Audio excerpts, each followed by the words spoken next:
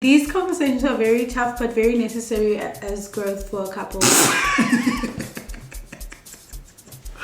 Hey guys, welcome back to our channel. It's the Logan family. I am Judy Logan and this is Eddie Logan, and today we are having something nice, something very enjoyable, something that you might relate to. But anyway, if you're new to this channel, welcome honey, and if you're a regular, welcome back, and do not forget to like, subscribe and share this video. Okay guys, so today we're talking about things we wish we knew before dating interracially. So we're going to give you some experiences and lessons we've learned through our experience. Yeah. And hopefully they help you guys out. So yeah, let's get into it. I wish there was someone who would tell us before how to get comfortable with uncomfortable conversations. Yeah, I agree. Like with the racism in South Africa, Judy had to teach me how she is treated sometimes being in South Africa, and how our relationship would affect that, and how ultimately I was going to be treated also. Honestly, most of the racism in South Africa hasn't really changed, so yeah, it's a lot different than America. It's a lot different than America, and sometimes he would be treated a certain way just because of his color as well, because of whatever black people have against white people nowadays and how they've been treated. But they eventually grew to understand that he's not like that, he's different, and he's from America. Yeah. So I would say it was a really tough conversation at first having that with Judy, because anything to do with race, obviously when you're talking to another race, is pretty uncomfortable. Everyone can agree with that. And then when you're talking about negative things as well, that makes it very uncomfortable. But at the end of the day, we're talking about it to get more comfortable with each other, and we're talking about it to set in the reality of things and know how to navigate those things when they come about. Exactly. These conversations can be very tough, but they're very necessary for growth as a couple. Agreed. This one is a tough one because my family actually expect, not all of them, but most of them expect him to always have something because of his color, which is not nice, and I don't like it, but it's how it is. That's how black African parents are, most of them are. But yeah, they expect him to always have something, to always bring gifts and stuff like that, almost like bribery, I would say. But yeah, but yeah, I don't feel comfortable with it. It doesn't sit completely well with me. I think it should come out of your heart for you to be able to do it. Like you should come up with him like, okay, I'm planning to do this for your family. I'm planning to do that to do that. I'm planning to help in this way or that way. Or it's something we should both talk about before you even doing, and not my family to force you into it or to tell you to do something. Yeah, but that only takes time, and as time went by, her family understood how it went, and she told them like it's not like that. It's not okay. And yeah, everyone was happy with it. And then like for me, my family was happy, I was with her and everything, but then the Lobola played a part, and they were like, why do you have to pay for her? That sounds like a scam. We literally had an argument once about that, because it was like, why should I though? Because my parents don't understand. At one point I even told him like, my parents aren't going to accept you if I pay Lobola. Like, you really love me. Yeah. So it's like, it's tradition. It's a way of you to show respect to my family, to me, to show value to the community. You understand? So if you value me like that and you show it, then yeah. And not only that, I knew what I was getting into at the beginning, and when I really thought about it, I knew there was going to be cultural differences, and this is just one of them. And if I want to be with her, I have to deal with it. Yeah. And I have to accept it, and I have to embrace it. And that's what I did. I just told my family, I'm paying it. You can accept it or not. Yeah. And always they accept it. It was a very tough decision. Your family will always be tough on you at first. Because like, why? At the end of the day, they love you. And then it gave me a little doubts when you asked me, because you were like, do you love me? And like, why would you like let me do this thing? So I was like, I don't know how to explain it to you, but culture is culture. There's nothing we can change about it, and you just have to make peace with it. I do love you, and if there was another way of changing things, then I would have done it in another way. But it is what it is. You have to do what you gotta do. Yeah. See, they're just differences that we all had to work out, and we worked them out. And it's those awkward conversations that honestly help out the whole relationship. Yeah, you have to make each other understand, especially when someone is coming out from a completely different culture than yours. Yeah.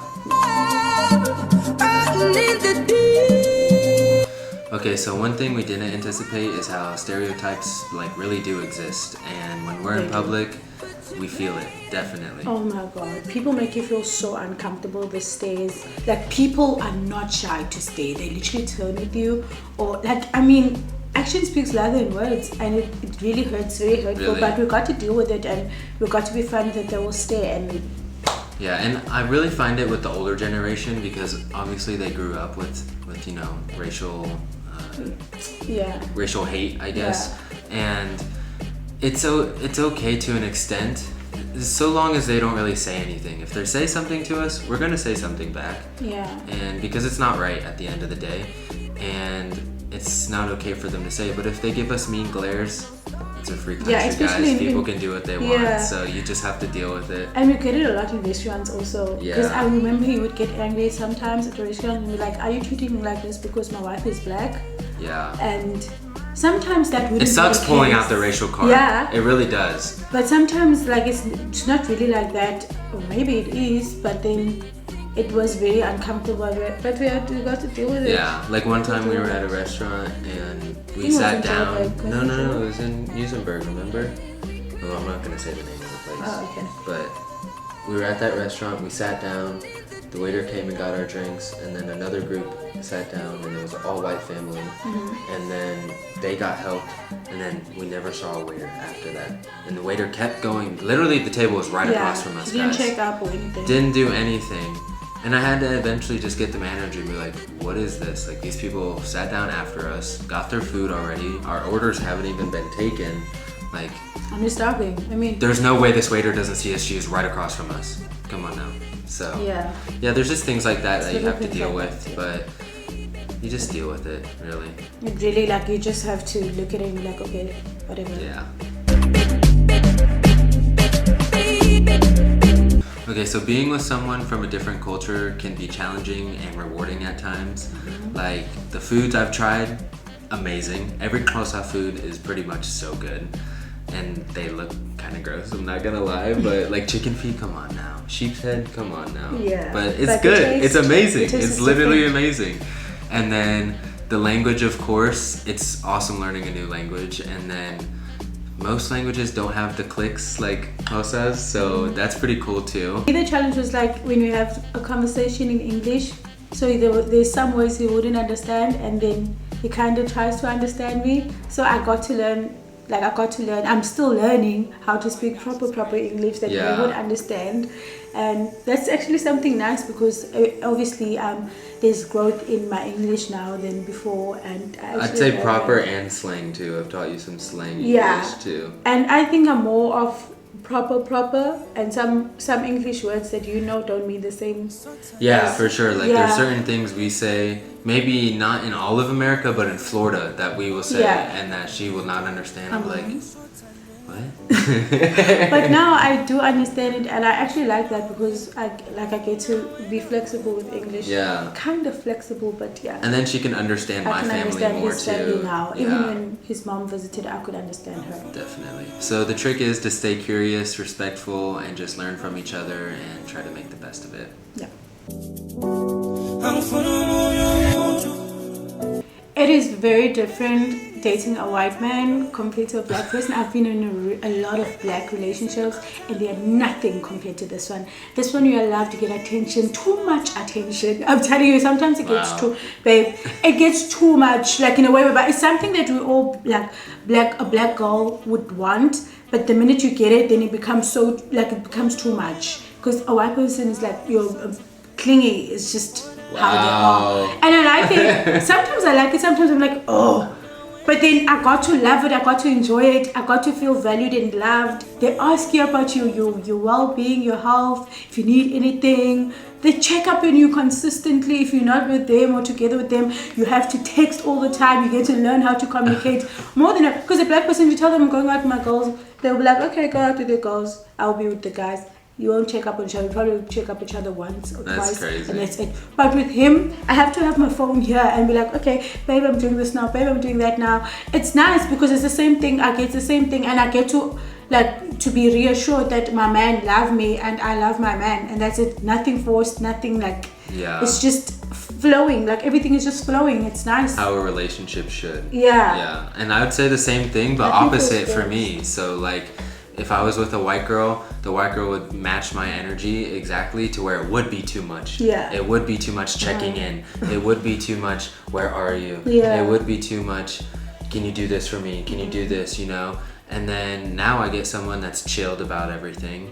Now I get someone that, now she's been with me, so she's not as chilled as the beginning, but she's at the level that's perfect for us. Yeah. You know? And not too much of just hovering and trying to control or anything like that. Yeah. And then she also, most white people don't really clean a lot or anything, so she cleans a lot. You know, she makes sure there's dinner all the time. She makes sure I get breakfast in bed when she can. You know, there's so many things that she does the same. that. Because in our culture, men don't do a lot of stuff. They don't do house chores and stuff, and it still happens, guys. It's not cool.